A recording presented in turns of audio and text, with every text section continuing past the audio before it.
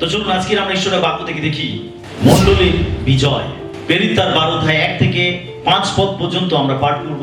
তৎকালে হেরোদ রাজা মণ্ডলীর কয়েকজনের প্রতি উপদ্রব করিবার জন্য হস্তক্ষেপ করিলেন। তিনি যোহনের ভ্রাতা যাকবকে খড়গ দ্বারা বধ করিলেন। ইহাতে জিহুদীরা সন্তুষ্ট হইল দেখিয়া তিনি আবার পিতরকেও ধরিলেন। তখন তারিশূন্য রুটির পর্বের সময় ছিল। তিনি তাহাকে ধরিয়া কারাগারে রাখিলেন এবং তাহাকে পাহারা দিবার জন্য 4 জনের দল, এমন 4 দল সেনার নিকটে সমর্পণ করিলেন। মনে করিলেন নিস্তার পর্বের পরে তাহাকে লোকদের কাছে আনিয়া উপস্থিত করিবেন। এইরূপে পিতর কারাবদ্ধ থাকিলেন, কিন্তু মণ্ডলী কর্তৃক তাহার বিষয়ে ঈশ্বরের নিকটে একাগ্রভাবে প্রার্থনা হইতেছিল। আমেন। হয়তো আমরা এই জায়গা থেকে অনেকবার হয়তো অনেক প্রচার শুনেছি বা আমরা পাঠ করেছি, আমরা পরিচিত আছি এই ঘটনার সঙ্গে। তবুও আজকের যেহেতু নির্যাতন বা তাড়না নিয়ে আমরা ধ্যান করছি, আমরা প্রার্থনা করছি, সেই জন্য আজকে আমি এখান থেকেই ঈশ্বরের বাক্য শেয়ার করতে চাই। আমরা যে এই বর্তমান সময় তাড়না বা নির্যাতনের মুখে পড়েছি তা নয়, কিন্তু আমরা বাইবেলে যখন তাকাই আমরা দেখতে পাই যে যখন মণ্ডলী প্রতিষ্ঠিত হয়েছিল, পঞ্চসপ্তমীর দিনে যখন এই পৃথিবীতে মণ্ডলী প্রতিষ্ঠিত হয়েছিল, যখন প্রেরিতেরা তারা প্রচার কাজ শুরু করেছিল, তারা যখন প্রভুর আদেশ অনুযায়ী তারা সাক্ষ্য দিতে আরম্ভ করেছিল, আমরা দেখতে পাই যে তাদেরকেও নির্যাতন বা তাড়নার মুখে পড়তে হয়েছিল। শুধু যে বর্তমান সময় এই নির্যাতন বা তাড়নার মধ্যে মণ্ডলী পড়ছে তা নয়, কিন্তু আমরা দেখতে পাই একেবারে মণ্ডলীর শুরু থেকেই মণ্ডলী তাড়নার সম্মুখীন হয়েছিল এবং এটা চলছে। আর এটা জানতে হবে, এটা চলবে ততদিন পর্যন্ত যতদিন না প্রভু যীশু খ্রিস্ট দ্বিতীয়বার এই পৃথিবীতে ফিরে আসেন। আমেন। ততদিন পর্যন্ত চলবে যতক্ষণ না খ্রিস্ট দ্বিতীয়বার এই পৃথিবীতে ফিরে আসছেন, ততদিন পর্যন্ত এই নির্যাতন বা এই তাড়না মণ্ডলীর উপর চলতে থাকবে। হালেলুয়া। আমাদের জানতে হবে যে তাড়না এবং নির্যাতনের মধ্যে সব থেকে করণীয় বিষয় হলো প্রার্থনা। যখন মণ্ডলী মধ্যে তাড়না আসে, যখন বিশ্বাসের জীবনে নির্যাতন আসে, তখন মণ্ডলী বা বিশ্বাসীর সব থেকে করণীয় বিষয় হলো প্রার্থনার মাধ্যমে বিজয় লাভ করা সম্ভব। প্রার্থনার মাধ্যমে আমরা এখানে দেখতে পাই, বাইবেল বলছে যে হেরোদ রাজা কি করেছিল, সে পিতরকে এবং যাকবকে বন্দী করেছিল। আর হেরোদ কি করেছিল, যাকবকে শিরচ্ছেদ করেছিল। যাকবকে শিরচ্ছেদ করে তাকে মেরে ফেলেছিল আর প্ল্যান করে রেখেছিল যে পিতরকেও মেরে ফেলবে। যখন দেখলো যে জিহুদীরা খুব খুশি হয়েছে, তখন হেরোদ প্ল্যান করলো যে পিতরকেও একইভাবে হত্যা করবে। যখন এইভাবে হেরোদ পরিকল্পনা করছে, যাকব মারা গেছে, পিতর জেলের মধ্যে বন্দী হয়ে রয়েছে, যখন যাকবকে মেরে ফেলা হলো, তখন হয়তো মণ্ডলী নড়ে চড়ে বসেনি, তখন হয়তো মণ্ডলী কোনো পদক্ষেপ নেয়নি, হয়তো তারা স্বাভাবিকভাবে বিশ্বাসে যেভাবে চলছিল সেইভাবে তারা চালিয়ে যাচ্ছিল।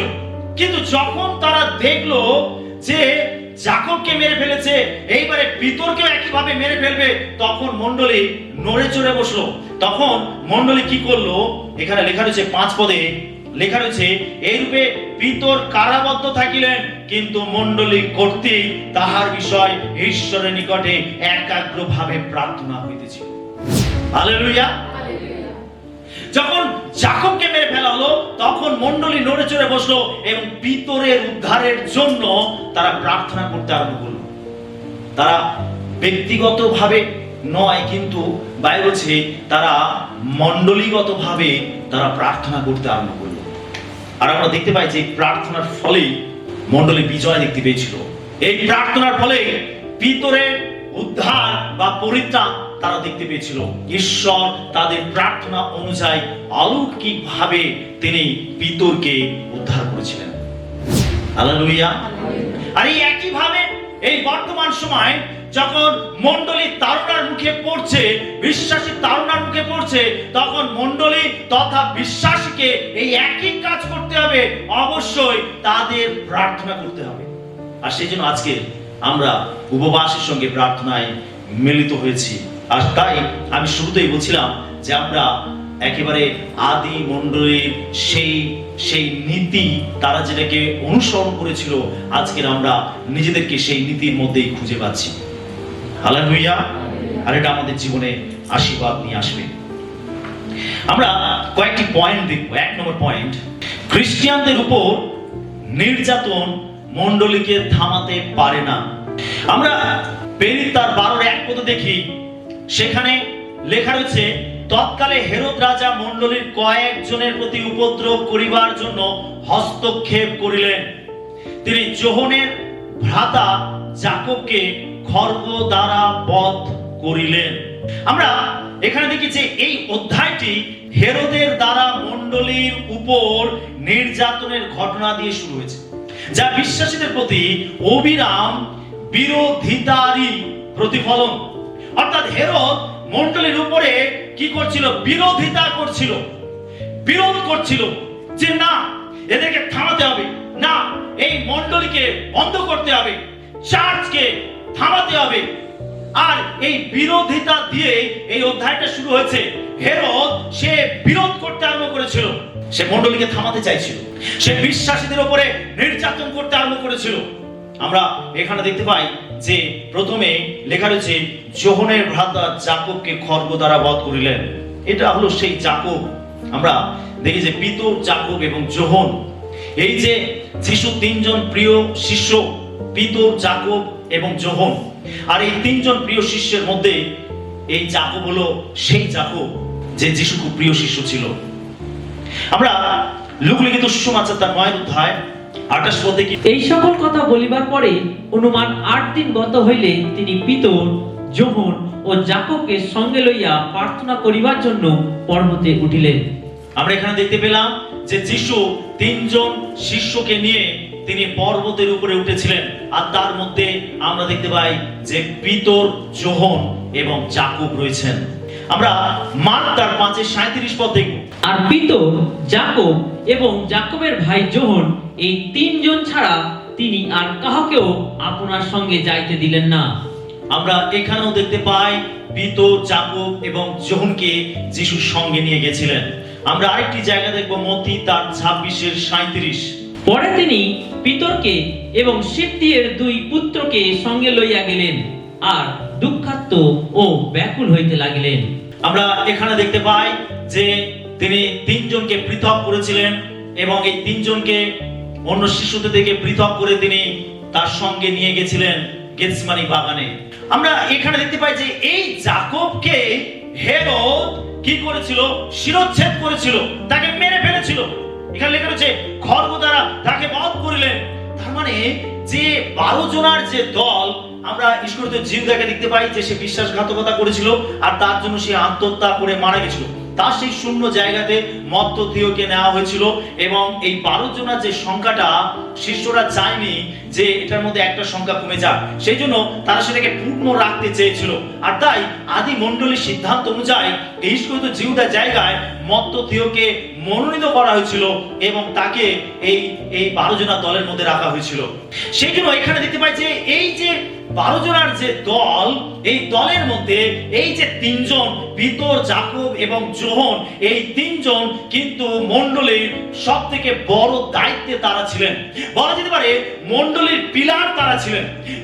একটা বিল্ডিং এর পিলার যেমন বিল্ডিংটাকে ধরে রাখে, ঠিক একইভাবে এই মণ্ডলীর আদি মণ্ডলীর পিলার ছিলেন এই পিতর, যাকব এবং যোহন।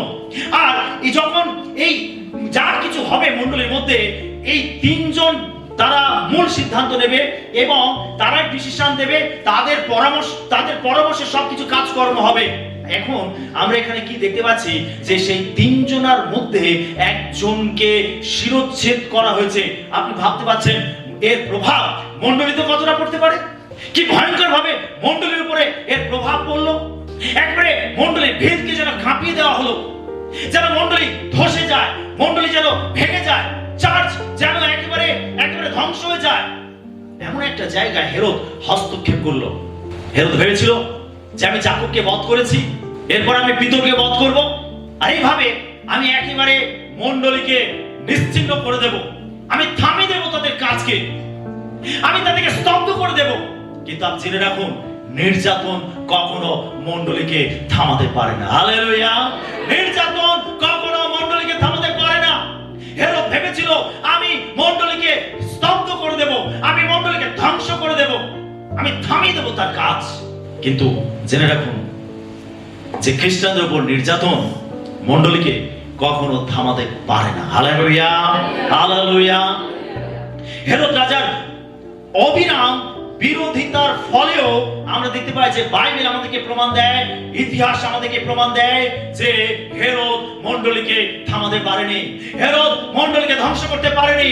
হেরোদ যে ষড়যন্ত্র করেছিল, হেরোদ যে পরিকল্পনা করেছিল, তার পরিকল্পনাকে সে বাস্তবায়িত করতে পারেনি। হ্যাঁ, সে আঘাত এনেছিল, সে ভয় প্রদর্শন করেছিল, সে বিভিন্নভাবে অত্যাচার করেছিল, এমনকি সে প্রাণও কেড়ে নিয়েছিল।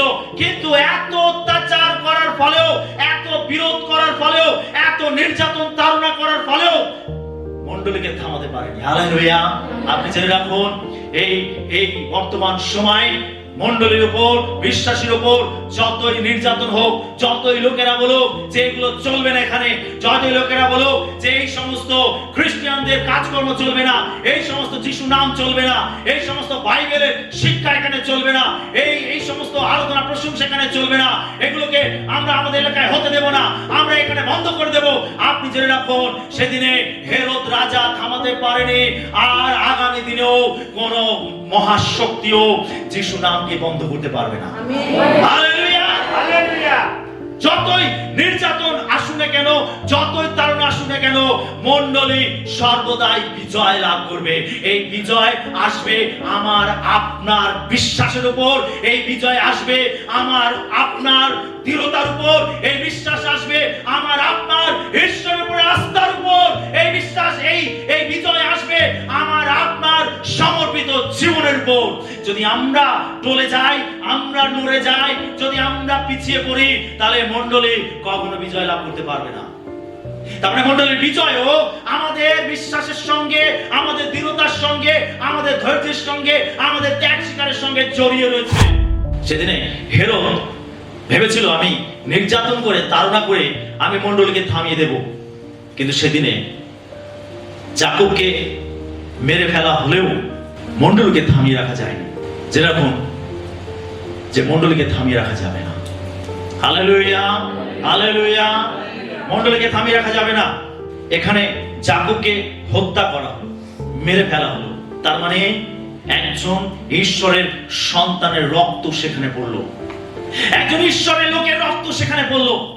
আপনি জেনে রাখুন, যেখানে একজন ঈশ্বরের সন্তানের রক্ত পড়বে, সেখানে এক ভয়ঙ্কর কার্য শুরু হবে। আমেন। যেখানে বিশ্বাসী নির্যাতিত হবে, যেখানে খ্রিস্টান নির্যাতিত হবে, যেখানে মণ্ডলী নির্যাতিত হবে, আপনি জেনে রাখুন, সেখানে আরো সক্রিয়ভাবে ঈশ্বরের কাজ বৃদ্ধি পাবে। হালেলুয়া! আজ যেখানে যেখানে তাড়না হচ্ছে, আজ যেখানে যেখানে নির্যাতন হচ্ছে, আপনি জেনে রাখুন, সেই এলাকায়, সেই জায়গায় ঈশ্বরের কাজ আরো বৃদ্ধি পাবে। হালেলুয়া! হালেলুয়া! 2 নম্বর পয়েন্ট আমরা দেখব, মানব সরকারের উপর ঈশ্বরের সার্বভৌমত্ব। অর্থাৎ চলতি ভাষায় বলতে গেলে যে জগতের যে সরকার রয়েছে, যে এলাকায় হতে পারে, যে অঞ্চল হতে পারে, যে রাজ্যে হতে পারে, যে দেশে হতে পারে, যে সরকারই হোক না কেন, সরকারের উপর ঈশ্বরের ক্ষমতা রয়েছে। আমেন। আমরা প্রেরিত তার 12:2 পত্রী পাঠ করি, লেখা রয়েছে যে তিনি যোহনের ভ্রাতা যাকবকে খড়গ দ্বারা বধ করিলেন। হেরোদ যাকবকে মৃত্যুদণ্ড দেন, তবু ঈশ্বরের সার্বভৌমত্ব হ্রাস পায় না। ঈশ্বর যে সমস্ত কিছুর অধিপতি, ঈশ্বর যে সব কিছুর রাজা, ঈশ্বর যে সব কিছুর উপরে, হেরোদ রাজা যাকবকে হত্যা করলেও ঈশ্বরের সার্বভৌমত্ব কখনো হ্রাস পায় না। জেনে রাখুন, যেখানে অত্যাচার করা হোক, নির্যাতন করা হোক, যেখানে যত বেশি তাড়না করা হোক না কেন, সেই জায়গায়, সেই এলাকায়, সেই লোকেদের উপর, সেই তাড়নাকারীদের উপর বা সেই সরকারের উপর আপনি জেনে রাখুন ঈশ্বরের সার্বভৌমত্ব রয়েছে। আমেন। তার মানে নির্যাতন তাড়না করে ঈশ্বরের লোকেদেরকে কষ্ট দেওয়া যেতে পারে, তাদেরকে ভয় দেখানো যেতে পারে, তাদেরকে শাসানো যেতে পারে, তাদের উপরে অত্যাচার করা যেতে পারে, কিন্তু জেনে রাখুন তার ফলে কিন্তু ঈশ্বরের যে সার্বভৌমত্ব, ঈশ্বর যে সর্বশক্তিমান, ঈশ্বরের যে সবকিছুর উপরে ক্ষমতা রয়েছে, সেটাকে কখনো ধ্বংস করা যায় না, সেটাকে কখনো নাশ করা যায় না, সেটাকে কখনোই হস্তক্ষেপ করা যায় না। যদিও এই জগতে মানুষের মধ্যে বিভিন্ন ধরনের বিভিন্ন নেতা মন্ত্রী, বিভিন্ন পদাধিকার থাকতে পারে, কিন্তু জেনে রাখুন ঈশ্বর হলেন সকলার ঊর্ধ্বে, তিনি রাজাদের রাজা, তিনি প্রভুদের প্রভু, তার সার্বভৌমত্ব সকলের উপরে রয়েছে। আমেন। সেজন্য যেখানে নির্যাতন হোক, যেখানে তাড়না হোক, আমরা যেন এটা বিশ্বাস করি, আমরা যেন এটা বুঝি যে সবার উপরে ঈশ্বরের হাত রয়েছে। আমেন। ঈশ্বর সকলের ঊর্ধ্বে, ঈশ্বর সকলের ঊর্ধ্বে। এই ব্যক্তি আমার উপরে হস্তক্ষেপ করেছে, ওই সরকার এইভাবে আমাদেরকে দমানোর চেষ্টা করছে, কিন্তু জেনে রাখুন ওই সরকারের উপরে, ওই ব্যক্তির উপরে ঈশ্বরের সার্বভৌমত্ব রয়েছে। ঈশ্বরের সার্বভৌমত্বকে কখনো হ্রাস করা যাবে না। হালেলুয়া। কি আমরা বিশ্বাস করি? আমরা বিশ্বাস করি। এটি আমাদের মনে করে দেয় যে পার্থিব শাসকেরা চূড়ান্তভাবে ঈশ্বরের পরিকল্পনার অধীন। তার মানে কি দাঁড়ায়? আপনি যদি গভীরভাবে চিন্তা করেন, এই যে নির্যাতন বা এই যে তাড়না চলছে, তার মানে এর পিছনে তাহলে ঈশ্বরের পরিকল্পনা রয়েছে। ঈশ্বরের পরিকল্পনা ছাড়া কিছু হয় না। বাইবেল বলছে যে একটা চড়াই পাখি মাটিতে পড়ে না, একটা গাছের পাতা মাটিতে পড়ে না ঈশ্বরের পরিকল্পনা ছাড়া। তার মানে সবকিছুর পিছনে ঈশ্বরের পরিকল্পনা রয়েছে। যদি ঈশ্বরের পরিকল্পনা রয়েছে যে পরজাতি দেশকে পরিচালনা করবে এবং এইভাবে তারা বিভিন্নভাবে কার্যক্রম চালাবে, নির্যাতন তাড়নার কার্যক্রম চালাবে, জানতে হবে এর পিছনে ঈশ্বরের পরিকল্পনা রয়েছে। যদি ঈশ্বরের পরিকল্পনা থাকে, তাহলে আমাকে, আপনাকে, মণ্ডলীকে, বিশ্বাসীকে সেই পরিকল্পনার অধীনে সমর্পিত হতে হবে। আমাদের ঈশ্বরের পরিকল্পনার অধীনে সমর্পিত হতে হবে, ঈশ্বরের পরিকল্পনার কাছে নিজেকে সমর্পণ করতে হবে। আমাদের সব থেকে বড় কাজ হচ্ছে টিকে থাকা, বিশ্বাসে দাঁড়িয়ে থাকা, স্থির থাকা। এটা হচ্ছে সব থেকে বড় কাজ। যখন নির্যাতন তাড়না নেমে আসছে, আমাদের এটা জানতে হবে যে মানব সরকারের উপরে ঈশ্বরের সার্বভৌমত্ব রয়েছে। আমেন। যেখানে যেই নেতা মন্ত্রী বা লিডাররা তারা নেতৃত্ব দিক না কেন, আপনি জেনে রাখুন তাদের উপর ঈশ্বরের সার্বভৌমত্ব রয়েছে। আমেন। হালেলুয়া। কি আমরা বিশ্বাস করি এটা? যদিও তাদের শক্তিশালী বলে মনে হতে পারে, তারা ঈশ্বরের উদ্দেশ্য ব্যর্থ করতে পারবে না। কি আমাদের মনে হচ্ছে আপাতত দৃষ্টিতে ওরা অনেক শক্তিশালী, এইবারে ওরা যা ইচ্ছা তাই করবে, আরে এবারে ওরা বিভিন্নভাবে নির্যাতন করবে, অত্যাচার করবে, ভয় দেখাবে, আরে এটা করবে, ওইটা করবে, সেটা করবে। তারা যতই শক্তিশালী হোক না কেন, আপনি জেনে রাখুন যে ঈশ্বরের উদ্দেশ্যকে তারা ব্যর্থ করতে পারবে না। ঈশ্বরের পরিকল্পনাকে কখনোই ব্যর্থ করতে পারবে না। আমেন। হালেলুয়া। কি এটা আমাদের কাছে আনন্দদায়ক নয়? ঈশ্বরের যা পরিকল্পনা সেটা বাস্তব হবেই হবে, সেটা স্থির থাকবেই এবং সেটাকেই ঈশ্বর বাস্তবায়িত করবেন। সেজন্য আমরা যেন এটা বিশ্বাস করি, এটা যেন জানি যে ঈশ্বরের এই মানব সরকারের উপরে সার্বভৌমত্ব রয়েছে। 3 নম্বর পয়েন্ট আমরা দেখব, মণ্ডলীর প্রার্থনা এক শক্তিশালী অস্ত্র। প্রেরিত 12:5 পদটি আমরা পাঠ করি। এইরূপে পিতর কারাবদ্ধ থাকিলেন, কিন্তু মণ্ডলী কর্তৃক তাহার বিষয়ে ঈশ্বরের নিকটে একাগ্রভাবে প্রার্থনা হইতেছিল। আমরা এখানে দেখতে পাই, যখন যাকবের শিরচ্ছেদ করে দেওয়া হলো, পিতরকে বন্দী করে রাখা হয়েছে এবং পরিকল্পনা করা হচ্ছে যে পিতরকেও একইভাবে মেরে ফেলা হবে, তখন মণ্ডলী কর্তৃক লেখা রয়েছে, 5 পদে লেখা রয়েছে যে মণ্ডলী কর্তৃক তাহার বিষয়ে ঈশ্বরের নিকটে একাগ্রভাবে প্রার্থনা হইতেছিল। মণ্ডলীর প্রার্থনা হলো এক শক্তিশালী অস্ত্র। এই নির্যাতনের সময়, এই তাড়নার সময়, এই অত্যাচারের সময় একমাত্র শক্তিশালী অস্ত্র হলো মণ্ডলীর প্রার্থনা। যখন মণ্ডলী প্রার্থনা করবে, এই অস্ত্রকে তারা ব্যবহার করবে, তখনই মণ্ডলী বিজয় দেখতে পাবে, তখনই মণ্ডলী বৃদ্ধি পাবে, তখনই মণ্ডলী তার পরাক্রমকে এই জগতে প্রকাশ করতে পারবে। সেই জন্য মণ্ডলীর শক্তিশালী অস্ত্র হলো প্রার্থনা। যখন যাকবের শিরচ্ছেদ করে দেওয়া হচ্ছে আর মণ্ডলী ভিতরের জন্য প্রার্থনা করছে, ভিতরের উদ্ধারের জন্য প্রার্থনা করছে, লেখা রয়েছে একাগ্রভাবে প্রার্থনা, একাগ্রভাবে প্রার্থনা। তার মানে এই প্রার্থনা যথেষ্ট গুরুত্বপূর্ণ প্রার্থনা ছিল। এই প্রার্থনার উপরে ফোকাস ছিল, এই প্রার্থনার উপরে সমর্পিত জীবন ছিল। এই প্রার্থনা তাদের আকাঙ্ক্ষাকে প্রকাশ করছিল, ভিতরের মুক্তি, ভিতরের উদ্ধারের জন্য তারা আকাঙ্ক্ষিত ভাবে প্রার্থনা করছিল। তারা বিশ্বাস করেছিল, মণ্ডলী বিশ্বাস করেছিল যে ঈশ্বর সবকিছুর ঊর্ধ্বে, ঈশ্বর তিনি পারেন এটাকে থামাতে, ঈশ্বর পারেন এখানে অলৌকিক কাজ করতে। তারা বিশ্বাস করেছিল যে একমাত্র ঈশ্বরই ভিতরকে বাঁচাতে পারে, উদ্ধার করতে পারে। আর সেই জন্য তারা একাগ্রভাবে প্রার্থনা করছিল। যখন আমাদের জীবন খুব ভালোভাবে চলে, তখন আমাদের প্রার্থনার মতো একাগ্রতা দেখতে পাওয়া যায় না।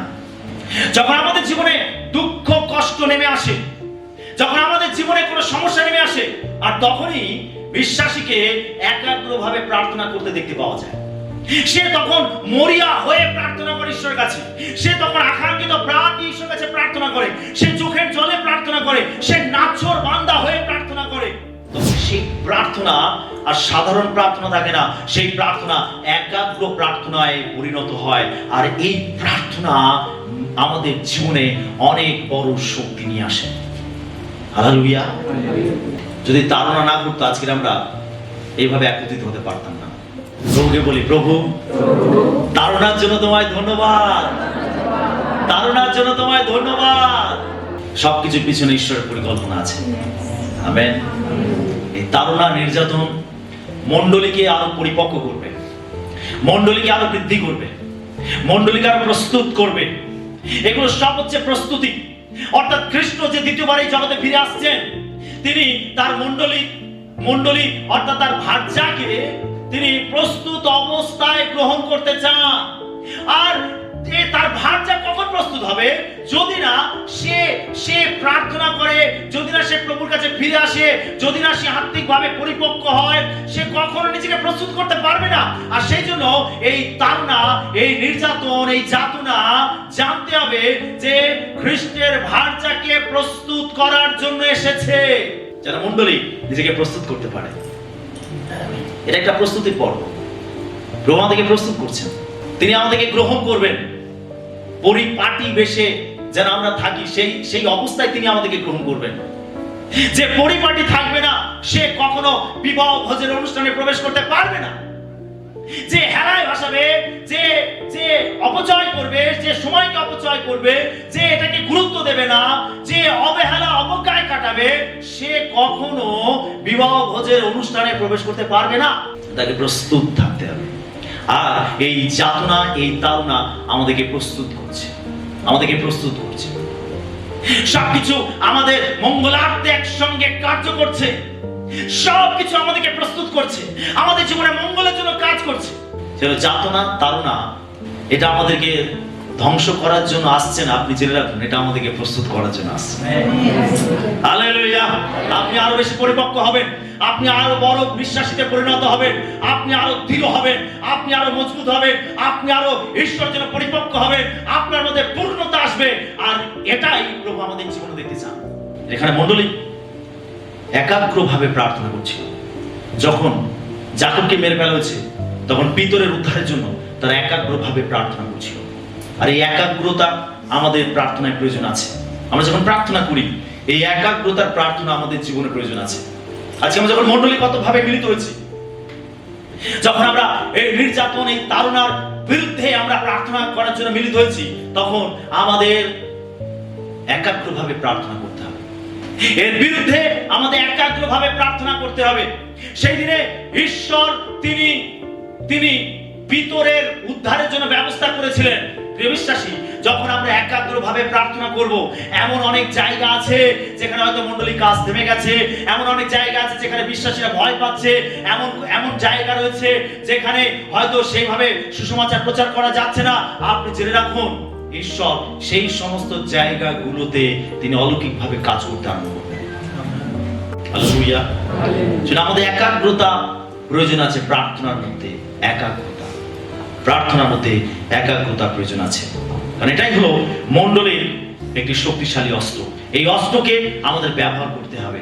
প্রার্থনা হলো সব থেকে শক্তিশালী অস্ত্র, আর নির্যাতনের মধ্যে, তাড়নার মধ্যে আমাদেরকে এই অস্ত্র ব্যবহার করতে হবে। আমেন। আপনার কাছে অস্ত্র রয়েছে, প্রভু আপনাকে অস্ত্র দিয়েছেন। কি করবেন? যাতনার মধ্যে, তাড়নার মধ্যে হাইতাশ করবেন না। যাতনা তাড়নার মধ্যে প্রভু আপনাকে অস্ত্র দিয়েছেন, সেই অস্ত্র আপনাকে তুলে নিতে হবে, সেই অস্ত্র আপনাকে ব্যবহার করতে হবে। আর প্রার্থনাই হলো আপনার সব থেকে শক্তিশালী অস্ত্র। ঈশ্বর আপনাকে যখন সৈনিক বানিয়েছেন, তখন তিনি আপনাকে অস্ত্রও দিয়েছেন। আপনি যদি অস্ত্রকে ব্যবহার না করেন, তাহলে শত্রু আপনাকে ধরাশায়ী করবে। আপনার অস্ত্র আপনি ব্যবহার করুন, প্রার্থনা করুন, একাগ্রভাবে প্রার্থনা করুন। আমেন। 4 নম্বর পয়েন্ট আমরা দেখব, কঠিন সময়েও ঈশ্বরের উপরে ভরসা রাখা। আমরা প্রেরিত তার 12:6 পদটি পাঠ করব। পরে হেরোদ যেদিন তাহাকে বাহিরে আনাইবেন, তাহার পূর্ব রাত্রিতে পিতর 2 জন সেনার মধ্যস্থানে 2 শৃঙ্খলে বদ্ধ থাকিয়া নিদ্রাগত ছিলেন, এবং দ্বার দেশে প্রহরীরা কারাগার রক্ষা করিতেছিল। আমরা এখানে কি দেখতে পাচ্ছি? আমরা এখানে দেখতে পাচ্ছি যে হেরোদ তাকে বন্দী করেছিল, এবং লেখা রয়েছে যে তাহার পূর্ব রাত্রিতে পিতর 2 জন সেনার মধ্যস্থানে 2 শৃঙ্খলে বদ্ধ থাকিয়া নিদ্রাগত ছিলেন, এবং লেখা রয়েছে দ্বার দেশে প্রহরীরা কারাগার রক্ষা করিতেছিল। অর্থাৎ পিতরের 2 দিকে 2 জন সেনা ছিল, আর দ্বার দেশে সেখানেও প্রহরীরা ছিল, আর তাদের মাঝখানে লেখা রয়েছে যে পিতর শৃঙ্খলে বদ্ধ থেকে সেই অবস্থায় ঘুমোচ্ছিল, বিশ্রাম নিচ্ছিল। তার হাতে পায়ে শেকল বাঁধা রয়েছে, তার পাশে সৈন্যরা দাঁড়িয়ে রয়েছে, এবং যে সেলের মধ্যে তাকে রাখা হয়েছে তার বাইরে প্রহরীরা পাহারা দিচ্ছে। এইরকম অবস্থাতে পিতর ঘুমোচ্ছে। এটা সম্ভব? হ্যাঁ, পারবেন? পারবো আমরা এরকম অবস্থায়? পারবো? সেটা স্বাভাবিক। আমাদের কারণই আমরা কেউ এরকম পরিস্থিতির মধ্যে পড়লে আমরা এইভাবে ঘুমোতে পারবো না। ঘুম মানে কি? যার মধ্যে চিন্তা নেই, যার মধ্যে হতাশা নেই, নিরাশা নেই, ভয় নেই, যার কাছে সবকিছু স্বাভাবিক মনে হয়, সেই এইরকম কঠিন পরিস্থিতিতে নিদ্রা যেতে পারবে। আমরা পিতরকে দেখতে পাই যে পিতর, লেখা রয়েছে যে পিতর কঠিন সময় ঈশ্বরের উপর ভরসা রেখেছিলেন, আর সেই জন্য এখানে আমরা দেখতে পাই যে পিতর এই পরিস্থিতিতে তিনি ঘুমোতে পেরেছিলেন। আমাদের জীবনে যখন নির্যাতন, তাড়না নেমে আসে, আমরা শান্তিতে ঘুমোতে পারি না, কিন্তু আমরা এখানে পিতরকে দেখতে পাই যে পিতর তিনি কিন্তু ঘুমিয়েছিলেন। তার হাতে শেকল, তার পাশে প্রহরী, সৈন্য, তার চারিদিকে এমন একটা পরিবেশ যে নির্যাতনের মধ্যে পড়ে, তাড়নার মধ্যে পড়ে পিতর সেখানে ঘুমোচ্ছিল। এটা প্রমাণ করে যে ঈশ্বরের উপরে পিতরের আস্থা, এটা প্রমাণ করে ঈশ্বরের উপরে তার ভরসা। আজকে আমাদের প্রত্যেককে পিতরের মতো ঈশ্বরের উপরে ভরসা রাখতে হবে। আমরা হয়তো শৃঙ্খলে বন্দী, হয়তো আমাদেরকে টর্চার করা হচ্ছে, হয়তো আমাদেরকে শাসন হচ্ছে, হয়তো আমাদেরকে ভয় দেখানো হচ্ছে, হয়তো আমাদের বিভিন্ন অত্যাচার করা হচ্ছে। আমাদেরকে এইরকম পরিস্থিতির মধ্যে পড়েও পিতরের মতো ঈশ্বরের উপরে ভরসা রাখতে হবে। আমাদেরকে জানতে হবে যে তারা আমাদেরকে করছে না, তারা ঈশ্বরকে করছে। যিশু শাউলকে যখন দর্শন দিয়েছিলেন, তখন কি বলেছিলেন? যে শাউল, শাউল, তুমি কেন আমাকে তাড়না করিতেছ? কি তাই বলেছিল যিশু? শাউল, শাউল, তুমি কেন আমাকে তাড়না করছো? আরে শাউল তো যিশুকে দেখেনি। শাউল কাকে তাড়না করছিল? মণ্ডলীকে। শাউল মণ্ডলীকে তাড়না করছিল। আর যিশু যখন তাকে দর্শন দিলেন, তখন যিশু তাকে বলছে, আরে শাউল, শাউল, তুমি কেন আমাকে তাড়না করছো? তার মানে একজন খ্রিস্ট বিশ্বাসীকে যখন নির্যাতন করা হয়, যখন তাকে তাড়না করা হয়, জানতে হবে এই তাড়না, এই অত্যাচার, এই নির্যাতন সেই বিশ্বাসীকে নয়, তার মধ্যে যে যিশু আছে তাকেই করা হচ্ছে। আমেন। কেন যিশুকে ভাবতে দিন, তিনি এই তাড়নার মধ্যে পড়ে কি করবেন তাকে ভাবতে দিন, আর আপনি শান্তিতে থাকুন। এই ভাবনা তার, এই ভাবনা আপনার নয়। তাকে ভাবতে দিন তিনি কি করবেন। আমাদের প্রত্যেকের জীবনে যিশু আছে, আমাদের প্রত্যেকের হৃদয়ে যিশু আছে। আমরা তাকে ত্রাণকর্তা মুক্তিদাতা বলে গ্রহণ করেছি এবং যিশু প্রতিজ্ঞা করেছেন, আমি যুগান্ত পর্যন্ত প্রতিদিন তোমার সঙ্গে সঙ্গে আছি। তো যিশু যখন আমাদের সঙ্গে আছে, আমাদের হৃদয়ে আছে, আমাদের জীবনে আছে, যখন আমাদের সব কিছুর মধ্যে যিশু আছে, তখন জানতে হবে যে এই ভাবনা তার। যারা তাড়না করছে, নির্যাতন করছে, তারা আমাদেরকে নয়, তারা যিশুকে করছে। অতএব যিশু বুঝে নেবে তাদের সঙ্গে কি করবে।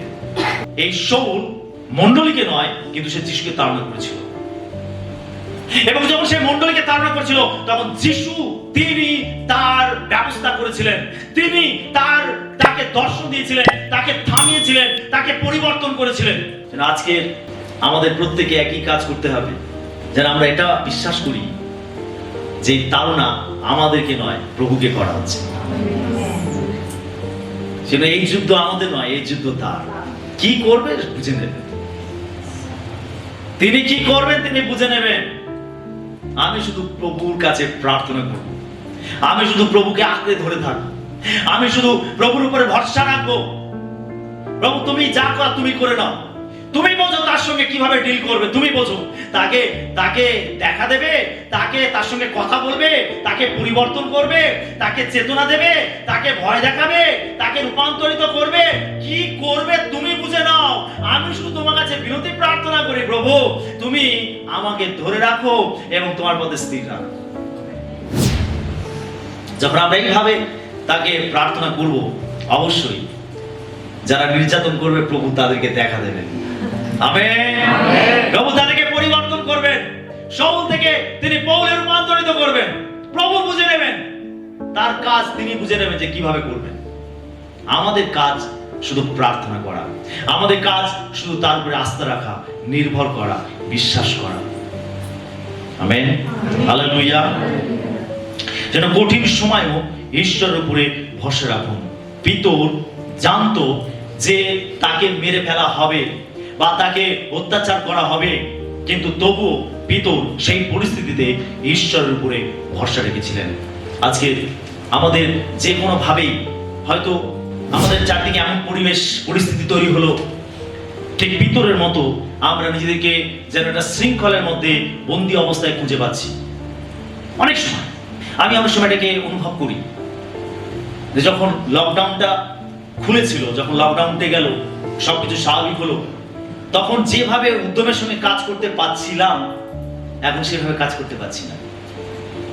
আমরা বিভিন্ন জায়গায় রিভাইভাল মিটিং করছিলাম, আর এই রিভাইভাল মিটিং এর ফলে বহু মানুষ তাদের জীবন পরিবর্তন হচ্ছিল, বহু মানুষ ঈশ্বরের কাছে আসছিল, খ্রিস্টের কাছে আসছিল।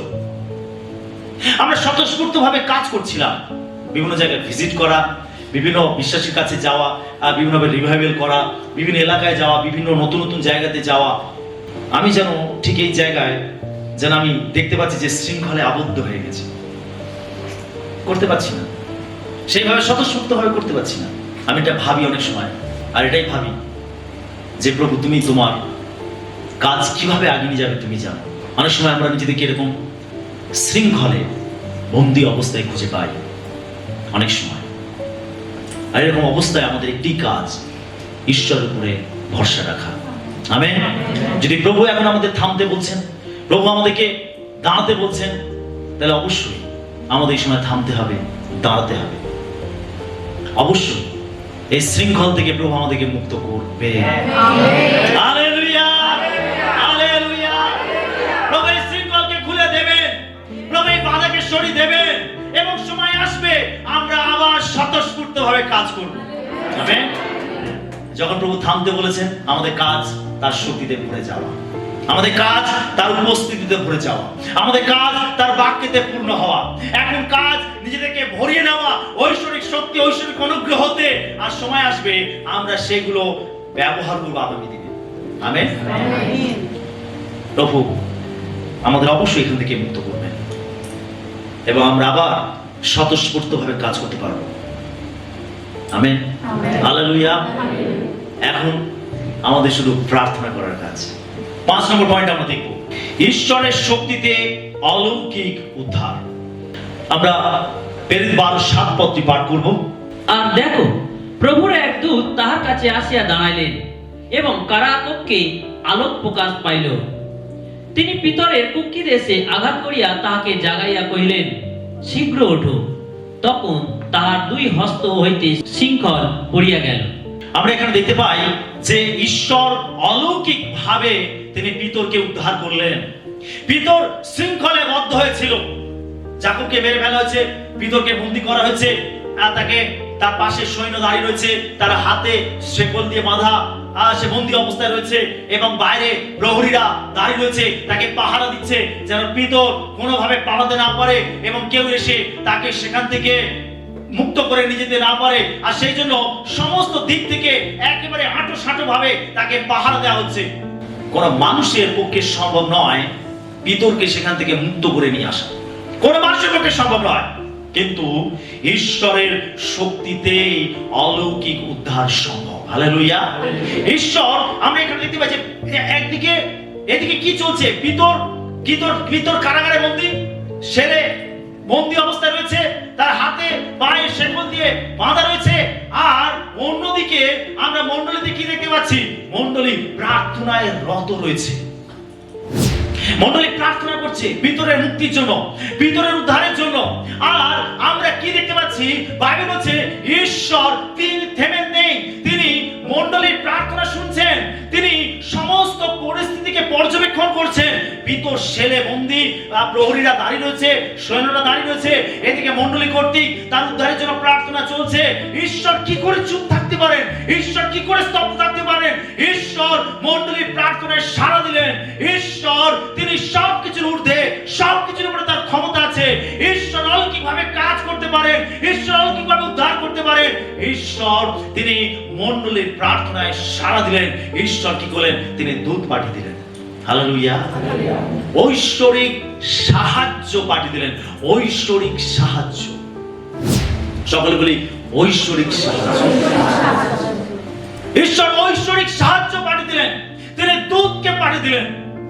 পিতর ঘুমোচ্ছে, এতটাই ঘুমোচ্ছে যে দূতকে তার কুকি দেশে আঘাত করতে, ঠেলা মারতেছে, এই পিতর ওঠো। এত নির্যাতনের মধ্যে, তাড়নার মধ্যে, এত হতাশা নিরাশার মধ্যে পিতর একেবারে শান্তিতে ঘুমোচ্ছে, নাক ডেকে ঘুমোচ্ছে, তার কোনো হুঁশ নেই। আর দূত এসে তাকে কুকি দেশে তাকে ঠেলা মেরে তাকে জাগাতে হচ্ছে। আর স্বর্গের দূত আমাদেরকে স্পর্শ করতে পারে। আমেন। স্বর্গের দূত আমাদেরকে স্পর্শ করতে পারে, স্বর্গের দূত সব জায়গায় পৌঁছাতে পারে। ঈশ্বর তিনি অলৌকিক ভাবে তিনি দূত পাঠালেন এবং পিতরকে উদ্ধার করলেন। অলৌকিক ভাবে, অলৌকিক ভাবে এক ঐশ্বরিক সাহায্যকে তিনি পাঠালেন। তারপরে আমরা যখন প্রার্থনা করি তখন ঈশ্বর ঐশ্বরিক সাহায্য পাঠান। আমরা যখন প্রার্থনা করি তখন ঈশ্বর ঐশ্বরিক সাহায্য পাঠান। আমরা যদি প্রার্থনা না করি তাহলে এই ঐশ্বরিক সাহায্য আমাদের কাছে আসবে না। যখন আমরা একাগ্রভাবে প্রার্থনা করব তখন ঈশ্বর ঐশ্বরিক সাহায্যকে পাঠাবেন। তিনি তার দূতকে পাঠিয়ে তিনি পিতরকে কারাগার থেকে মুক্ত করলেন। দেখা যাচ্ছে দূত তাকে কুকি দেশে আঘাত করে তাকে জাগালো এবং তার হাতে পায়ে যে শেকল বেরিয়েছিল সেগুলো খুলে গেল। এক অলৌকিক ভাবে তার উদ্ধার করলো ঈশ্বর। আমাদের যাই শৃঙ্খল থাক না কেন, ঈশ্বর অলৌকিক ভাবে সেই শৃঙ্খলকে খুলে দিতে পারেন। আমেন। জগতের চাবি তার প্রয়োজন নেই, জগতের কোনো জিনিসপত্র তার প্রয়োজন নেই, তিনি একাই যথেষ্ট। হালেলুয়া। তার উপস্থিতি যথেষ্ট। তিনি চাইলে অসম্ভবকে সম্ভব করতে পারেন। এত পাহারা, সৈন্য, শেল, শেকল, এত কিছু ভাবে পিতরকে আটকে রাখা সত্ত্বেও কোনো কিছু পিতরকে ধরে রাখতে পারল না। এক অলৌকিক উদ্ধার তার জীবনে নেমে আসলো।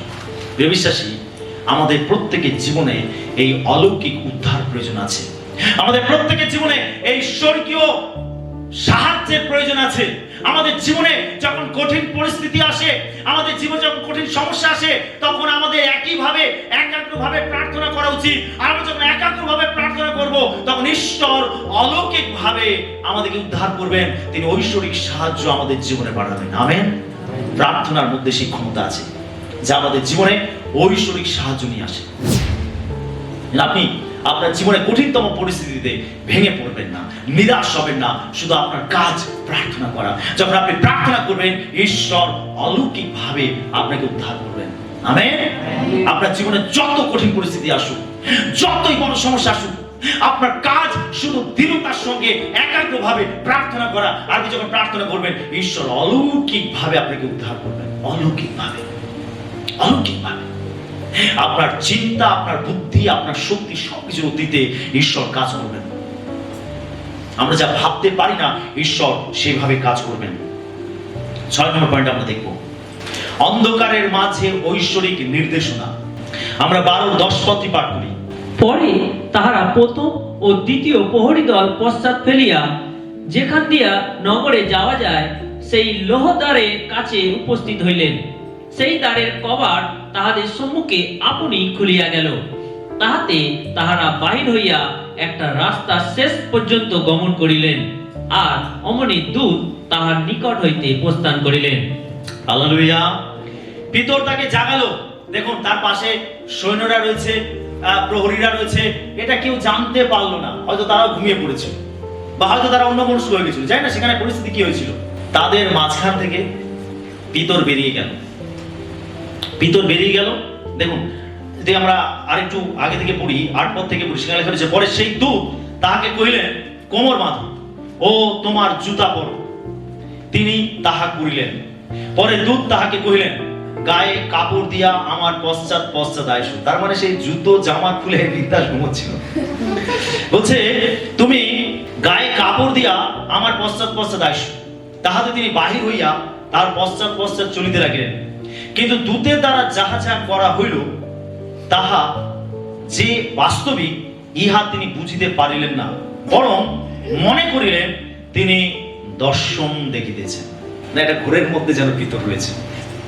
পিতর এটা বুঝতেই পারছে না যে দূত তার সঙ্গে রয়েছে এবং তাকে নির্দেশনা দিচ্ছে, এবং এই ঘটনাটা যে ঘটছে, এটা যেন পিতর ভাবছে যে আমি কোনো দর্শন দেখছি। অনেক সময় আমরা দর্শন দেখি, বিভিন্ন দর্শনে নিজেদেরকে খুঁজে পাই। এখানে যাচ্ছি, ওই কাজটি করছি, ওর সঙ্গে কথা বলছি, সাক্ষাৎ করছি, তারপরে ঘুম ভেঙে যায় আমাদের। আমরা তখন বুঝতে পারি, ও এটা কোনো স্বপ্ন ছিল, এটা কোনো দর্শন ছিল। পিতর ঠিক এরকম ভাবছে, আমি কোনো দর্শন দেখছি। দূত তাকে জাগালো, তাকে কাপড় পরতে বললো, পায়ে জুতো পরতে বললো, এবং তাকে বললো যে তুমি আমার পশ্চাৎ পশ্চাৎ এসো। আর দূত তাকে নিয়ে গেল, তাকে পরামর্শ দিয়ে, তাকে গাইড করতে করতে আগিয়ে নিয়ে গেল। দেখুন, এখানে লেখা রয়েছে যে দূত তাকে নির্দেশনা দিতে লাগলো, দূত তাকে পরামর্শ দিতে লাগলো, দূত তাকে পথ দেখাতে লাগলো, দূত তার করণীয়, তার গন্তব্য পথে তাকে আগিয়ে নিয়ে যেতে লাগলো। এখানে আমরা কি দেখছি, যে এই কারাগার, এই অন্ধকার জায়গার মধ্যেও এক ঐশ্বরিক নির্দেশনা। ঈশ্বর তিনি দূতের মাধ্যমে পিতরকে নির্দেশনা দিচ্ছে, পিতরের কি করা উচিত, কোথায় যাবে, কি করবে, আর দূত তাকে সেই নির্দেশনা দান করছে। বিশ্বাসে জেনে রাখুন, যখন ঈশ্বর তিনি কাজ করেন, যখন ঈশ্বর তিনি আমাদেরকে পরিচালনা দেন, তখন জেনে রাখুন যে ঈশ্বর আমাদের অন্ধকারের মধ্যেও, আমাদের সমস্যার মধ্যেও ঈশ্বর আমাদেরকে সঠিক নির্দেশনা তিনি দান করতে পারেন। আমেন। আমাদের জীবনের সমস্যা থেকে মুক্ত করার জন্য, আমাদের জীবনের অন্ধকারতম পরিস্থিতি থেকে বের করার জন্য ঈশ্বর আমাদেরকে নির্দেশনা দিতে পারেন। অলৌকিকভাবে তিনি আমাদেরকে নির্দেশনা দিতে পারেন। হতে পারে কোনো ব্যক্তির মাধ্যমে, হতে পারে কোনো পরিস্থিতির মাধ্যমে, হতে পারে কোনো ঘটনার মাধ্যমে ঈশ্বর আমাদেরকে নির্দেশনা দিতে পারেন। হতে পারে তার বাক্যের মাধ্যমে তিনি আমাদেরকে নির্দেশনা দিতে পারেন। হতে পারে কোনো স্বপ্নের মাধ্যমে তিনি আমাদেরকে নির্দেশনা দিতে পারেন। হতে পারে বাইরের কোনো পদের মাধ্যমে ঈশ্বর আমাদেরকে নির্দেশনা দিতে পারেন। যখন আমরা একাগ্রভাবে প্রার্থনা করি, যখন আমরা আকুল ব্যাকুল হয়ে আমরা প্রার্থনা করি, ঈশ্বরের কাছে সাহায্য পাওয়ার জন্য মরিয়া হয়ে প্রার্থনা করি, তখন ঈশ্বর অলৌকিকভাবে তিনি আমাদেরকে নির্দেশনা দিয়ে থাকেন। আপনি ভাবতে পারছেন যে ঈশ্বরের উপরে নির্ভর করা, প্রার্থনা করা কতটা প্রয়োজন। যখন আমরা নিজেদেরকে এরকম ভিতরের মতো অন্ধকার জায়গায় খুঁজে পাই, কারাগারের মধ্যে খুঁজে পাই, শৃঙ্খলের মধ্যে খুঁজে পাই, তো আমরা ভেবে পাই না যে আমরা কি করব, কার কাছে যাব, কে আমাদেরকে পরামর্শ দেবে, কে আমাদেরকে সাহায্য করবে, কে এই পরিস্থিতিতে আমাদের পাশে দাঁড়াবে, আমরা কিভাবে এখান থেকে মুক্ত হব। অনেক সময় আমরা এরকম জটিল পরিস্থিতির মধ্যে নিজেদেরকে খুঁজে পাই, আর এই সময় আমাদের সব থেকে করণীয় কাজ হচ্ছে প্রার্থনা করা, ঈশ্বরের উপরে বিশ্বাস রাখা, আকুল ব্যাকুল হয়ে তাকে আঁকড়ে ধরা। আর যখন আমরা এটা করব, তখন ঈশ্বর ওই অন্ধকারের মধ্যে আমাদেরকে নির্দেশনা দান করবেন। হালেলুয়া। তিনি বলে দেবেন, যাও এই ব্যক্তির কাছে যাও, তিনি বলবেন এই কাজটি করো, তিনি বলবেন এই পদক্ষেপটি নাও, তিনি আমাদেরকে নির্দেশনা দান করবেন। ঠিক এখানে দূত কি করছিল, এখানে পিতরকে নির্দেশনা দিচ্ছিল। পিতর যখন স্বর্গদূতকে অনুসরণ করছিল, তখন বন্ধ ফটকগুলো অর্থাৎ সেই দ্বার খুলে গেছিল এবং তাকে নিরাপদে নগরের বাইরে নিয়ে গেছিল স্বর্গদূত। তিনি আপনার জীবনের কঠিন পরিস্থিতির বাইরে আপনাকে নিয়ে যাবেন। হালেলুয়া। যেখান থেকে আপনি বেরোতে পারছেন না, ঈশ্বর অলৌকিকভাবে তিনি আপনাকে তার বাইরে নিয়ে যাবেন। আপনি মুক্ত হবেন, আপনি মুক্ত হবেন। দেখবেন যে জেলেতে বন্দী হয়ে থাকে কোন কয়েদি, কোন আসামি যে জেলের মধ্যে বন্দী হয়ে থাকে, ধরে নিন যখন সে সাজা পেল 7 বছর 10 বছর, যাই হোক, যে যার যেমন সাজা সেরকম সাজা পেল, আর এই সাজা পাওয়ার পরে যখন সে জেল থেকে বাইরে বেরিয়ে আসে, তখন সে একটা দীর্ঘ নিঃশ্বাস নেয়। দেখেন কি, ওহ মুক্ত হলাম। আমরা প্রত্যেকে জানি যে আবদ্ধ থাকার কষ্টটা কি, একটা জায়গায় বন্দী হয়ে থাকার কষ্টটা কি, একটা সমস্যার মধ্যে জড়িয়ে থাকার কষ্টটা কি। যখন আমরা সেখান থেকে বাইরে বেরিয়ে আসি, ও সেই সমস্যা আমার জীবনে আর নেই, ওই বিপদ আমার জীবনে আর নেই, আরে ওটা আমার জীবন থেকে চলে গেছে, তখন একইভাবে আমরা একটা দীর্ঘ নিঃশ্বাস ফেলি, একটা প্রশান্তির নিঃশ্বাস ফেলি। আমি মুক্ত, আমি স্বাধীন। ঈশ্বর একইভাবে আমাদের জীবনে আমাদের সমস্যাকে তিনি অতীত করে দিতে পারেন, আমাদের বন্ধনগুলোকে তিনি অতীত করে দিতে পারেন, আমাদের নির্যাতন, আমাদের তাড়নাগুলোকে তিনি অতীত করে দিতে পারেন। তিনি আমাদের সমস্ত আবদ্ধ জায়গা থেকে তিনি আমাদেরকে মুক্ত করে দিতে পারেন। এটা তার পক্ষে সম্ভব। দূত তাকে একেবারে সেই নগরের বাইরে নিয়ে গেল এবং পিতর একটা দীর্ঘ নিঃশ্বাস নিশ্চয় ছেড়েছিল। Amen, hallelujah. 7 নম্বর পয়েন্ট আমরা দেখব, ঈশ্বরের উত্তরের মুখেও অবিশ্বাস। আমরা প্রেরিত তার 12-15 পাঠ করি। তাহারা তাহাকে কহিল, তুমি পাগল। কিন্তু সে দৃঢ়রূপে বলিতে লাগিল, না, তাহাই বটে। তখন তাহারা কহিল, উনি তাহার দূত। দেখুন, এখানে একটা অবাক করার বিষয় আছে। মণ্ডলী প্রার্থনা করছে। মণ্ডলী কি করছে? প্রার্থনা করছে। কার জন্য প্রার্থনা করছে? পিতরের জন্য, তার উদ্ধারের জন্য প্রার্থনা করছে। যখন মণ্ডলী উদ্ধারের জন্য প্রার্থনা করছে, তাহলে মণ্ডলীর মধ্যে এই বিশ্বাস থাকা প্রয়োজন যে ঈশ্বর তাদের প্রার্থনা শুনছেন এবং ঈশ্বর তাদের প্রার্থনার উত্তর দিয়ে তাদেরকে তৃপ্ত করবেন।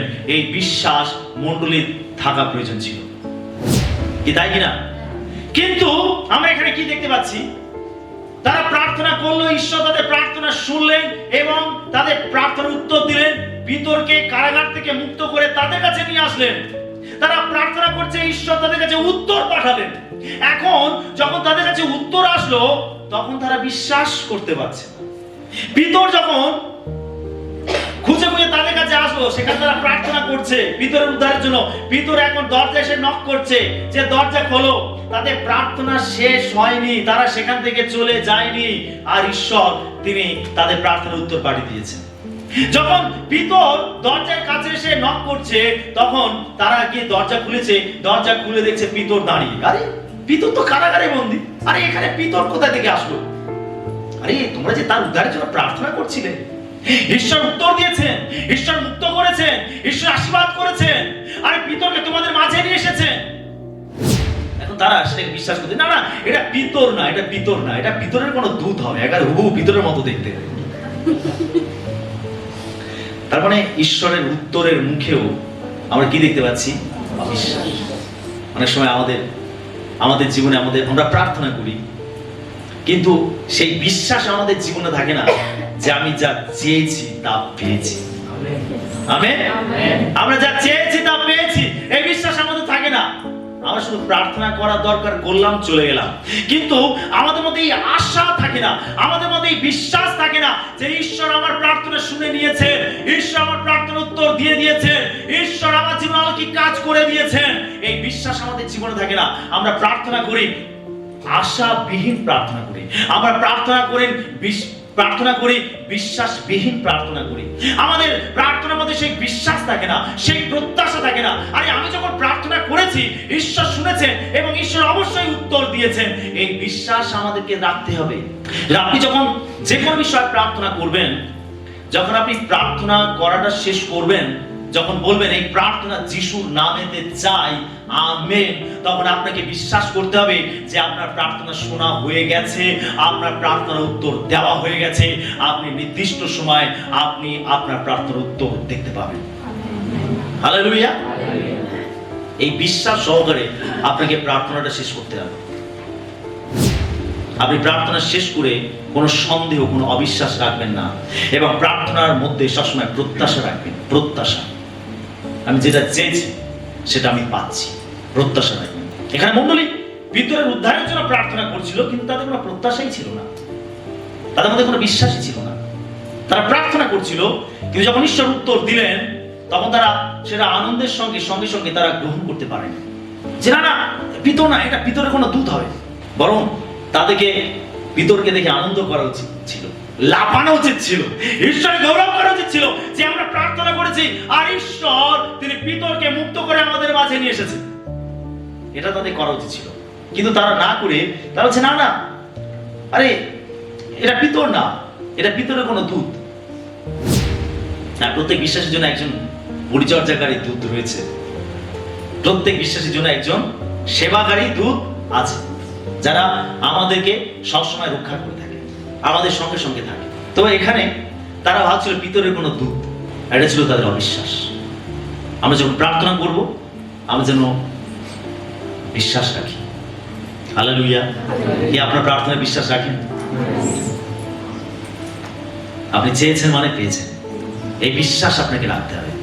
এই বিশ্বাস নিয়ে আপনাকে প্রার্থনার জায়গা ছাড়তে হবে। Hallelujah, hallelujah.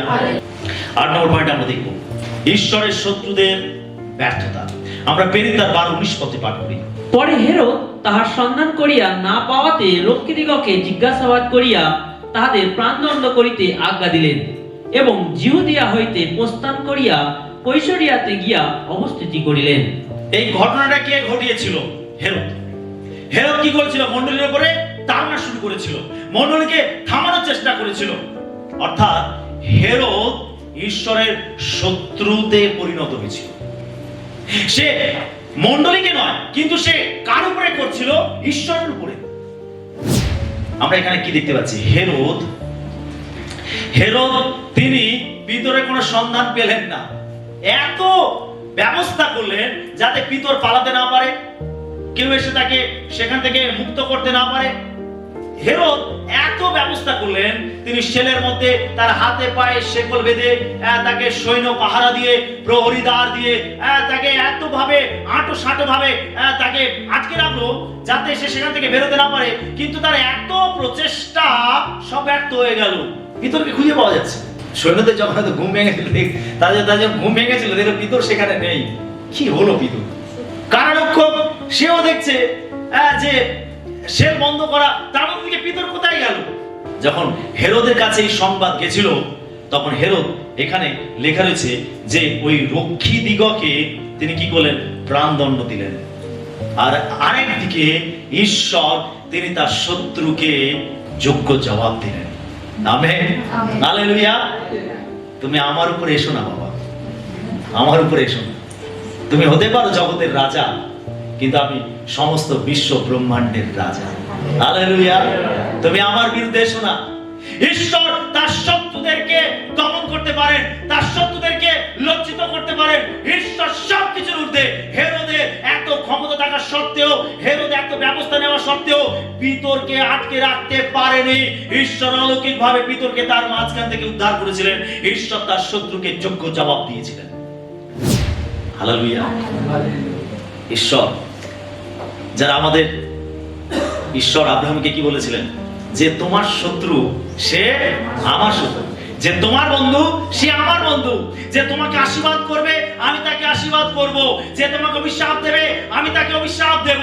আপনি জেনে রাখুন, ঈশ্বর তার এই প্রতিজ্ঞায় আজও বিশ্বস্ত আছেন। যারা আমাদের শত্রু তারা ঈশ্বরের শত্রু। যারা আমাদেরকে লাঞ্ছনা অপমান করে তারা ঈশ্বরকে করে। যারা আমাদেরকে নির্যাতন করে, তাড়না করে, তারা ঈশ্বরকে করে। সেটা ঈশ্বর কখনো চুপ করে থাকবে না। তিনি তার শত্রুদের যোগ্য জবাব দেবেন। তিনি তার শত্রুদের সমস্ত কার্যকে তিনি ব্যর্থ করে দেবেন। যখন ইসরায়েল জাতি আসছিল প্রান্তর থেকে, তখন অবিমেলক অনেক ষড়যন্ত্র করেছিল, আর ঈশ্বর তা দেখেছিলেন। ঈশ্বর তখন কিছু বলেন, ঈশ্বর পরে তার ব্যবস্থা করেছিলেন। তার মানে ঈশ্বর তিনি তার শত্রুদের কার্যগুলো দেখেন এবং তিনি সঠিক সময় তিনি তার জবাব দিয়ে থাকেন। Hallelujah, hallelujah. সেটা আপনার শত্রুরা যাই করছে করতে দিন, আপনি জেনে রাখুন ঈশ্বর তাদেরকে বুঝে নেবেন। তিনি তার শত্রুদেরকে নিরুত্তর করবেন, ব্যর্থ করবেন। ঈশ্বর কখনো চুপ করে থাকবেন না। যারা যিশু নাম বহন করার জন্য, যিশুর সেবা করার জন্য যারা আপনাদের অত্যাচার করছে, নির্যাতন করছে, আপনি জেনে রাখুন এটা ঈশ্বরের যুদ্ধ। এটা ঈশ্বর করবেন। ঈশ্বর তার শত্রুদেরকে নিরুত্তর করবেন। আমিন, হালেলুয়া। এখানে ঈশ্বর হেরোদকে ব্যর্থ করেছিলেন। আর হেরোদ কি করেছিল? সে রেগে গিয়ে তার যারা রক্ষী ছিল তাদেরকে শাস্তি দিয়েছিল, প্রাণদণ্ড দিয়েছিল। ঈশ্বর তাকে নিরুত্তর করেছিলেন। আমরা 9 নম্বর পয়েন্ট দেখব, অহংকারীদের বিরুদ্ধে ঐশ্বরিক বিচার। আমরা প্রেরিত তার 12-23 পদ দেখব। আর প্রভুর এক দূত তখনই তাহাকে আঘাত করিলেন, কেননা তিনি ঈশ্বরকে গৌরব প্রদান করিলেন না, আর তিনি কীট ভক্ষিত হইয়া প্রাণ ত্যাগ করিলেন। দেখুন হেরোদের অবস্থা কি হয়েছিল। হেরোদ যাকবকে বধ করে দিয়েছে, মণ্ডলীর উপর তাড়না করছে, পিতরকে বন্দী করেছে। সমস্ত মণ্ডলী এখন তারা একটা ভয়ের মধ্যে রয়েছে, হতাশার মধ্যে রয়েছে। তারা প্রার্থনা করছে তাদের উদ্ধারের জন্য, পরিত্রাণের জন্য। হেরোদ এখানে বিভিন্নভাবে টর্চার করছে। দেখুন ঈশ্বর তিনি কি করলেন? সময় এসেছে বিচার করার। আর ঈশ্বর কি করলেন? এখানে লেখা রয়েছে যে প্রভুর এক দূত তখনই তাকে আঘাত করিলেন। হেরোদকে, হেরোদ কি করছিল? লোকেদের কাছে এসে বক্তৃতা দিচ্ছে, আর লোকেরা খুব খুশি হয়েছে, আর বলছে আরে এ তো দেবতার রব। আর হেরোদ এইভাবে অহংকার করছে, নিজেকে জাহির করছে, নিজেকে একেবারে দেবতার মতো সে নিজেকে কি করছে? জাহির করছে। লোকেরা বলছে আরে এ তো দেবতার রব। যখন এই ঘটনা ঘটছে, আমি একটু পড়ছি আগে থেকে 21 পদ থেকে। তখন এক নিরূপিত দিবসে হেরোদ রাজবস্ত্র পরিধান পূর্বক সিংহাসনে বসিয়া তাহাদের কাছে বক্তৃতা করেন। তখন লোকসমূহ উচ্চ স্বরে বলিতে লাগিল, এ দেবতার রব, মানুষের নয়। আর তারপরে কি হয়েছিল? প্রভুর এক দূত তখনই তাকে আঘাত করিলেন, কেননা তিনি ঈশ্বরকে গৌরব প্রদান করিলেন না, আর তিনি কীট ভক্ষিত হইয়া প্রাণ ত্যাগ করিলেন। ঈশ্বর তাকে আঘাত করলেন, তিনি হেরোদকে আঘাত করলেন। সে খুব নিজের বড়াই করছিল, আর লোকেরা তার প্রশংসা করছিল, তাকে বাহবা দিচ্ছিল। আর ঈশ্বর তিনি দেখলেন তার অবস্থা, আর তিনি তাকে আঘাত করলেন। জানবেন ঈশ্বরের মার খুব ঠুনকো, শব্দ হয় না। ঈশ্বরের মারে শব্দ বাইবেল বলছে একটা কীট ভক্ষিত হয়ে আর হেরোদ মারা গেল। কোনোভাবে তাকে দংশন করলো, কোনোভাবে কোনো বিষাক্ত পোকামাকড় তাকে কামড়ে দিল, আর তারপরে সে মারা গেল। আর লোকেরা বললো আরে পোকা কামড়ে দিয়েছে। কিন্তু এর পিছনে কে আছে? ঈশ্বর আছে। ঈশ্বরের মারের আওয়াজ হয় না। সে ঈশ্বরকে ভয় করতে হবে, ঈশ্বরকে ভয় করতে হবে। ঈশ্বর তিনি অহংকারীদের বিরুদ্ধে তিনি বিচার করেন। তিনি এই হেরোদের মতো অহংকারী রাজার তিনি বিচার করলেন, তিনি তাকে আঘাত করলেন এবং তিনি কীটভক্ষিত হয়ে মারা গেলেন। 10 নম্বর শেষ পয়েন্ট, সুসমাচার ক্রমাগত বৃদ্ধি পায় এবং ফল উৎপন্ন করে। তার 12-24 পত্রী আমরা পাঠ করি, খুবই ইন্টারেস্টিং। কিন্তু ঈশ্বরের বাক্য বৃদ্ধি পাইতে ও ব্যক্ত হইতে থাকিল। সকলে বলি হালেলুয়া, হালেলুয়া, হালেলুয়া। আর এটাই হলো মণ্ডলীর বিজয়, এটাই হলো মণ্ডলীর বিজয়। এত তাড়না, এত নির্যাতন, এত অত্যাচার, মণ্ডলীকে স্তব্ধ করা, মণ্ডলীকে থামিয়ে দেওয়া, মণ্ডলীকে ধ্বংস করে দেওয়া, এত কিছু ষড়যন্ত্র, এত কিছু পরিকল্পনা, যেন আর কেউ যিশু নাম প্রচার না করে, আর যেন কেউ যিশুকে ঘোষণা না করে, আর যেন কেউ সাক্ষ্য না দেয়। হেরোদ সমস্ত কিছু সে চেষ্টা করেছিল। অবশেষে আমরা 24 পদ এসে দেখতে পাই, লেখা রয়েছে কিন্তু, লেখা রয়েছে কিন্তু ঈশ্বরের বাক্য বৃদ্ধি পাইতে ও ব্যক্ত হইতে থাকিল। হালেলুয়া। এত কিছু করা সত্ত্বেও কি মণ্ডলীকে থামানো গেছিল? কি মণ্ডলীকে স্তব্ধ করা গেছিল? কি নির্যাতন করে, অত্যাচার করে, ভয় দেখিয়ে, শৃঙ্খলে আবদ্ধ করে, শিরচ্ছেদ করে মণ্ডলীকে কি থামানো গেছিল? ঈশ্বরের বাক্যকে কি থামানো গেছিল? সুসমাচারকে কি থামানো গেছিল? না। বাইবেল বলছে, আমরা সব শেষে দেখতে পাচ্ছি এই ঘটনার অন্তিম পর্যায়ে পৌঁছে আমরা দেখতে পাচ্ছি যে ঈশ্বরের বাক্য বৃদ্ধি পেয়েছে। Hallelujah, hallelujah. তার মানে মণ্ডলীর বিজয় নিশ্চিত। মণ্ডলীকে কেউ থামাতে পারবে না, মণ্ডলীকে কেউ ধ্বংস করতে পারবে না। বাইবেল বলছে, যিশু ভবিষ্যৎবাণী করেছে, তুমি পিতর আর এই পাথরের উপরে আমি আমার মণ্ডলী কাঁদবো, আর পাতালের পুরোটা সকল তার বিপক্ষে প্রবল হইতে পারবে না। পাতালের ক্ষমতা নেই মণ্ডলীকে প্রতিরোধ করা, পাতালের ক্ষমতা নেই মণ্ডলীকে স্তব্ধ করা, পাতালের ক্ষমতা নেই মণ্ডলীকে আটকে রাখা।